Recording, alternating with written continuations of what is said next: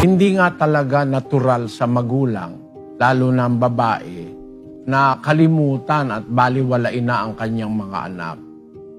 Pero hindi natin maiaalis nangyayari sa mundo yan. Merong kasing mga bagay na sobre-natural. Merong mga bagay na hindi natural.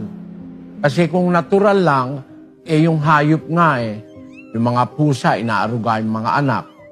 Yung mga inahin, inaaruga yung mga sisiw, So, ang natural yun. Pero merong nangyayari sa mundo, antinatural. Labag sa naturalesa. Siguro, isa na yung nanay mo. Ngayon, ang Biblia nagtuturo sa atin ng pagmamahal at sa kaaway. Siguro, hindi naman yung kaaway ang nanay mo, di ba? At hindi naman kayo siguro ginagawaan ng masama ng nanay nyo. Lumalabas lang, wala siyang kiber sa inyo. Ang aral ng Panginoong Hesus doon sa Mateo, Kapitulo 5. Datapwat sinasabi ko sa inyo, ibigin ninyo ang inyong mga kaaway at idalangin ninyo ang sa inyo'y nagsisiusig. Yung nanay mo, di nyo naman siguro kaaway yun. Pabaya lang siya. May sinasabi sa ganong klase ng magulang. Doon sa 5 ng unang Timoteo, versikulo 8. Datapwat kung ang sino man ay hindi nagkakandili sa mga sariling kanya, lalong-lalo na sa kaniyang sariling sangbahayan, ay tumanggi siya sa pananampalataya at lalong masama kaysa hindi sumasampalataya. Yung pala yung walang pagkakandili sa sariling pamilya, nangyayari, nagkakaroon ng broken family. Napakasamang tao nun. Masama pa sa hindi sumasampalataya.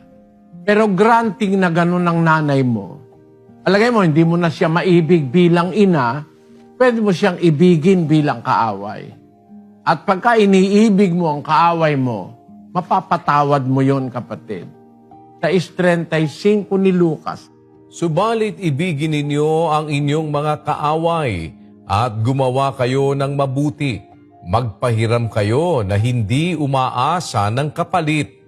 Malaki ang magiging gantimpala ninyo at kayo'y magiging mga anak ng kataas-taasan sapagkat siya'y mabait sa mga di mapagpasalamat at sa masasama.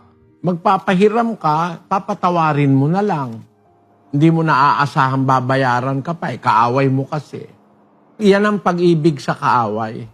Sa kaaway, may pagpapatawad pa rin nakalaan ng Diyos.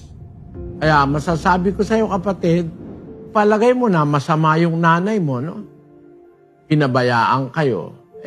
Kung halimbawa, tratuhin ka niya na kaaway o ikaw, tinatrato mo siyang kaaway, pero hindi mo naman siya kaaway, nanay mo siya, May utang na loob ka pa rin.